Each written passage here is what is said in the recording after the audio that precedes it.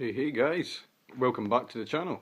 I'm going to show you some of my test patterns that I use to calibrate my TV for movies, sometimes my games, mostly movies, but I'll show you all the test patterns that I use. This one on screen now is your contrast. So you've got your highest whites to your blackest blacks. My one's set up so you can just see above white. As you can see, there's 3 dots at the end of the screen. There's also another 3 at the bottom right. But what you're supposed to do is be able to see white and above white. That's above white beyond the dots to the left hand side. And there's actually dots on the other side as well, on the black, and exactly the same on the black, below black and black. So on the right hand side it's below black, on the left it's black. I also have a colour chart system that shows you all the colours on your screen. You can calibrate them all individually. If you go through into your custom colours, you could go through if you've got a colour filter card, but I would leave the colour alone, just leave it in automatic. We'll get into the settings in a second. This is a overscan and sharpness pattern to make sure that you don't run off the edges, you're getting the correct sharpness on the screen, etc, etc. I'm going to be showing this in the daylight. Well, I say daylight, it's a bit cloudy outside, but it is 1:30 in the afternoon at the moment, so it's not like it's in the middle of the night or anything. So hopefully these settings will do everyone. So it's not a super bright sunny day, but we'll get into that. And this is the colour, temperature and brightness chart. Don't know if you'll be able to see it in the video, but there's actually bars to the left hand side and the right, and that's to calibrate your black levels. We'll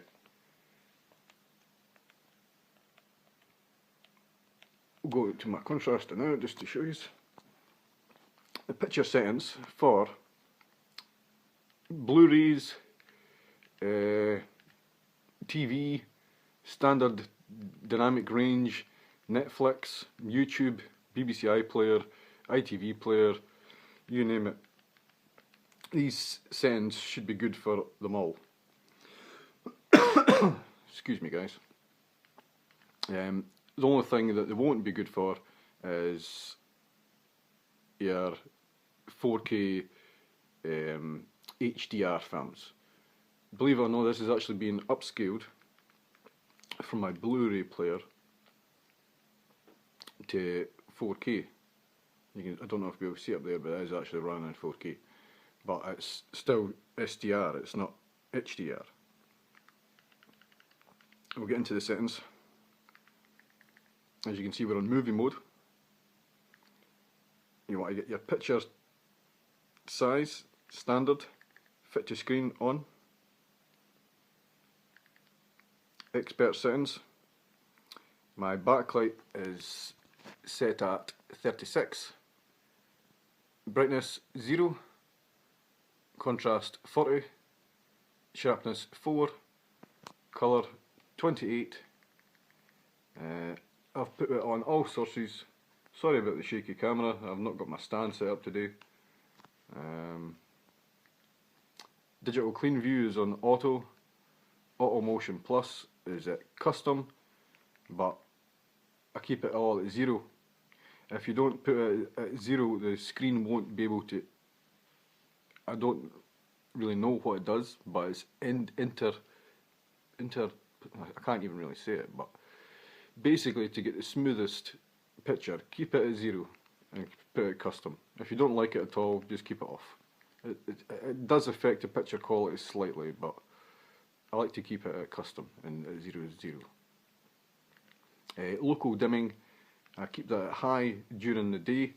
At night time I could put it down to standard, but on high you get the highest contrast ratio on your TV. Contrast enhancer is off, film mode is off, colour tone is warm 1.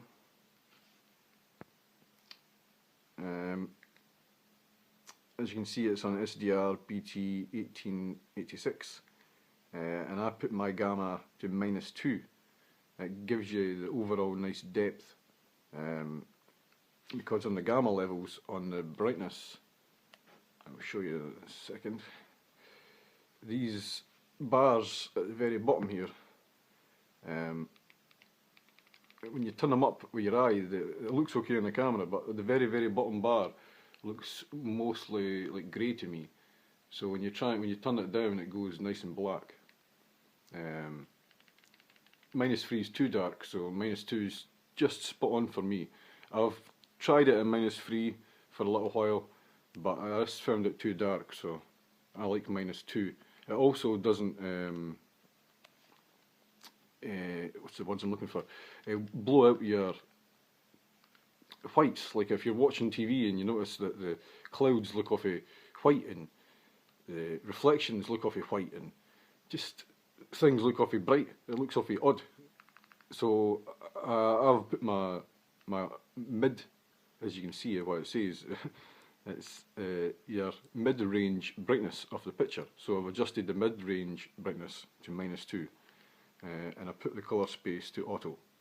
If you really want to get a spot-on picture, you can go into custom, and but you would need to go into a colour chart like this, get a colour card, which you do have.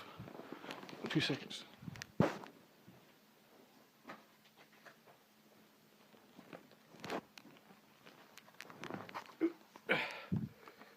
You need to get a colour card like one of these, so it goes, it goes blue,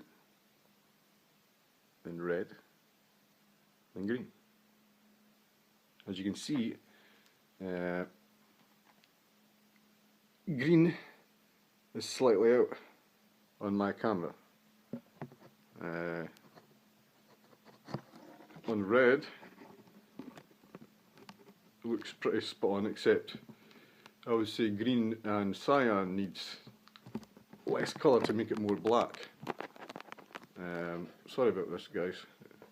And this is the blue. You can see the blue is spot on, red slightly off, and the green is slightly off. But for some reason, when you go into the settings and put your RGB on, it's all balanced across the range. So we're getting conflicting data. We're getting red is good, green, oh, we're slightly off on the green, and the blue is good. So we're getting slightly conflicting data, but I might be able to sort that in another video. I'll see if I can get the auto colour space to custom, see if I can get a custom colour space for these. Before I end the video, I'll show you a quick test video for these, so you know that I don't just do this and out with the random. I actually do test my TV, go through vigorous testing to make sure it's perfect for my eyes, because I want a perfect picture. Now this is a scene from space. It's a good video. You can get nice blacks and depth, and you can see the reflection in the sun on the screen there. It's crazy. Like I say, sorry about the shakes, guys.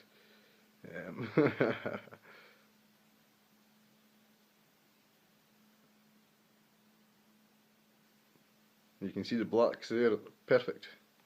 And the whites, here goes the whites. Sorry about that's the auto motion plus that you see with the white the lines. You see, that's why it's so smooth.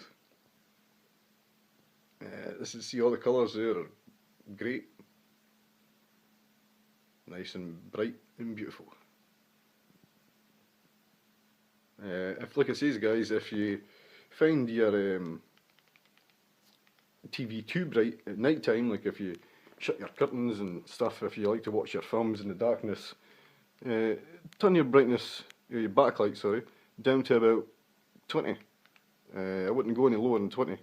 But if you like to have, obviously if you like to have a nice bright picture with eye-popping screen, watering material, then crack the backlight all the way up to 50.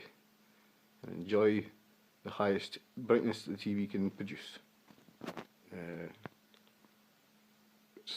But I think it's a brilliant TV, great for movies and great for games. I'll leave it there, guys. Sorry about this long video, but I just had quite a lot to cover. Right, see you in the next one. Take it easy.